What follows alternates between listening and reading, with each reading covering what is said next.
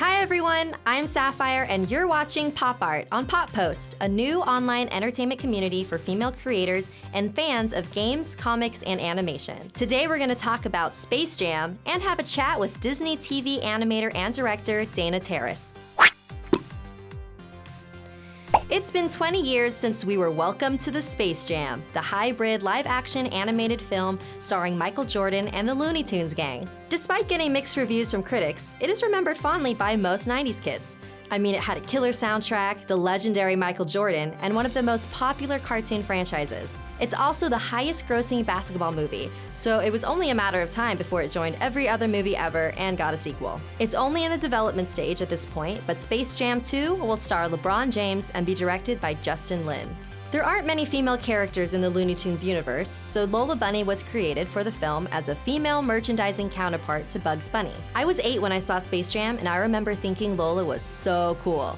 She was cute, talented, and don't even think about calling her doll.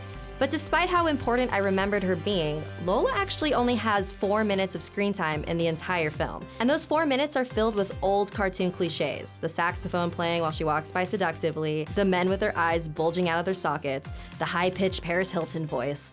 In my opinion, Lola Bunny is a perfect example of the trap a lot of writers fall into when creating an animated female character, where she has to be over-the-top feminine in order to register as a female. They originally wanted her to be more tomboyish, but co-animation director Tony Cervone decided to pump her up in the feminine attributes department so she could be a believable love interest. Then, in 2011, Cartoon Network rebooted the Looney Tunes and gave Lola a larger role and a makeover. Her sexy baby voice was replaced with Kristen Wiig's deadpan tone. Her crop top and super short shorts were replaced with less revealing clothes. This new Lola is a lot ditzier, quirkier, and in my opinion, a lot funnier. But some people argue that the new Lola is even more insulting since she's dumbed down and reduced to a crazy stalker girlfriend type. So, if the original Lola was sexist because she was unrealistically flawless, and the new Lola is sexist because she's too flawed, we just can't win. And yes, I get that Space Jam was a cash cow made to appeal to a commercial audience looking for a fun family movie. But a lot has changed since 1996, and stereotypical cartoon tropes just aren't relevant anymore. In this era of progressive kids animation like Adventure Time and Steven Universe, characters like the original Lola Bunny seem so out of place. So it's gonna be really interesting to see how Warner Brothers portrays Lola Bunny in this new Space Jam. Hey everyone, I'm here with Dana Terrace. Why don't you tell us about some of the projects that you've worked on? I was a storyboard artist and animator on Gravity Falls. I boarded briefly on the Tangled animated series, and now I am a director at Disney TV on a secret project. Can't talk about it. So tell us about how you got to Disney. Did you go to school? I went to School of Visual Arts in New York City, although I don't think going there helped me get my job at all. Which isn't like a knock on any of the people there or any of the teachers, but I think what helped me more was consistently posting my work online. I feel like aspiring artists of today should be more concerned about their online presence rather than trying to get into the best school there is, because it doesn't matter what school you go to, as long as your work is good and it's out there somewhere on the internet, people will find you. And that's how Gravity Falls found me. The directors and Alex on Gravity Falls saw some of my work online and decided to send me a test, and took the test, got in. All right, so you were a storyboard artist and then you were promoted to become a director on this new top secret show that we can't talk about. Yes. Tell us a little bit about how you made that transition.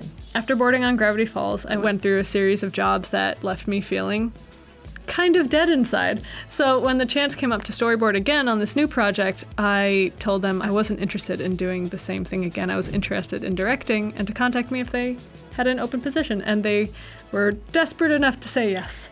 So, so kids, if you're watching, make sure you ask to become a director, and you just might become a director. You just might. So what would you say is the best part about being a director? Getting to be a part of the whole process of animation. I love being in design reviews. I love talking to all the board artists and like meshing all their boards together into one cohesive episode.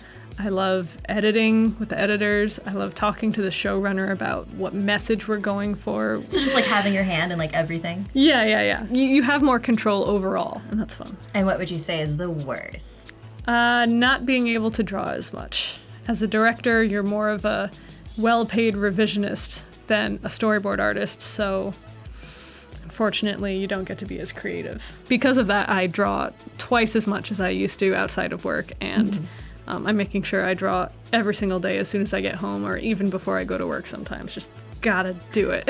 So your style is really cool. It's a little classical, but also with a bit of like dark, like has a dark like sense of humor. Thank you. I like that. No, it's really cool. So where would you say you draw your inspiration from? Well, earlier in my life, I drew a lot of inspiration from Norman Rockwell, a very famous illustrator. And most recently, I've been getting into medieval illuminated manuscripts, and specifically the work of Hieronymus Bosch, who was perhaps the first surrealist in around the 1500s. And he just draws a bunch of demons and monsters and creepy doodads, and I just love it. All right, Dana. We've talked enough about your drawing skill, and now we want to put it to the test. So, I know, it's not going to be scary.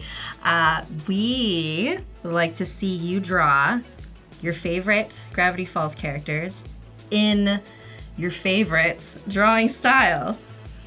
Do you think you could do it? Yeah, let's do it. All right.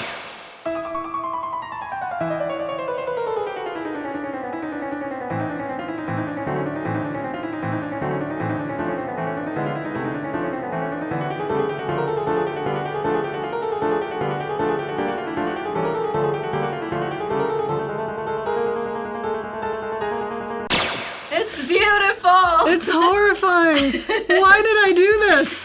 The characters I drew are Dipper, his twin sister Mabel, and the big bad of the series, Bill Cipher. I drew it in the style of generic medieval illuminated manuscript with a bunch of people looking to the side and doing this, not really emoting, their heads shaped like eggs. I think I got it. You nailed it. Can I keep it? Thank you. Here. This is gonna go above my toilet in the bathroom. I hope it gives you nightmares. It probably will. Thank you so much, Dana, for joining us. If anyone wants to check out your awesome artwork, they should go to danaterrace.tumblr.com or Dana Terrace on Twitter, Instagram. It's pretty much the same anywhere. Dope. Yeah. Thanks for being great. Thanks for having me on. Thanks for joining us on Pop Art. Do you guys have any opinions on Lola Bunny? Let us know in the comments. And don't forget to go to poppost.com to join our growing community.